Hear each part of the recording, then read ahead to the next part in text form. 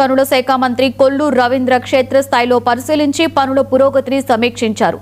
Time bond ప్రకారం పనులు వేగంగా జరుగుతున్నాయని, మార్చి 2027 నాటికి పోర్టును అందుబాటులోకి తీసుకొస్తామని ఈ సందర్భంగా మంత్రి వెల్లడించారు. ఇప్పటికే 80% నిర్మాణ పనులు పూర్తయ్యాయని, బ్రేక్ వాటర్ వాల్, బెర్తుల నిర్మాణం వేగంగా సాగుతుందని తెలిపారు. త్వరలోనే డ్రెజింగ్ పనులపై సీఎం స్థాయిలో సమీక్షా సమావేశం నిర్వహిస్తామని, బందరు పోర్టు రాష్ట్రానికి గేట్వేగా మారనుందని మంత్రి ధీమా వ్యక్తం చేశారు.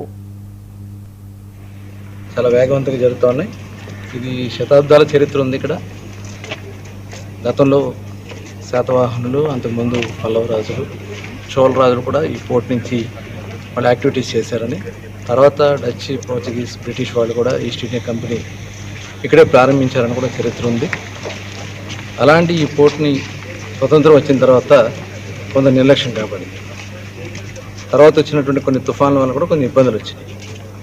దాన్ని గౌరవ ముఖ్యమంత్రి చంద్రబాబు నాయుడు గారు మరి ఈరోజు చాలా వేగవంతంగా పనులు చేపిస్తూ ఉన్నారు. ఎందుకంటే ఇది పోరాటాలతో ప్రారంభించుకున్నాం. ఆనాడు మరి ఇది సాగర్మాల్లో కూడా ఏర్పాటు చేయడం లేదు. ఎన్టీ రామారావు గారు ఉన్నప్పుడు సాగర్మాల్లో పెట్టారు.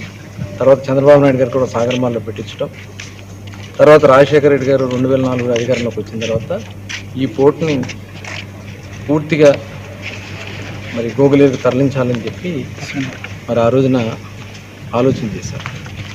మరి ఆ విషయం తెలిసిన వెంటనే పెద్ద ఎత్తున మేము పోరాటం చేయడం జరిగింది. ఆ పోరాట ఫలితంగా ఆనాడు రాజశేఖర రెడ్డి గారు కూడా దిగి రావడం జరిగింది. మరి దాదాపు 2006 అంటే 20 సంవత్సరాలు మళ్ళీ దీన్ని స్టార్ట్ చేయడానికి, పూర్తి చేసుకోవడానికి 20 సంవత్సరాలు పడతాయి.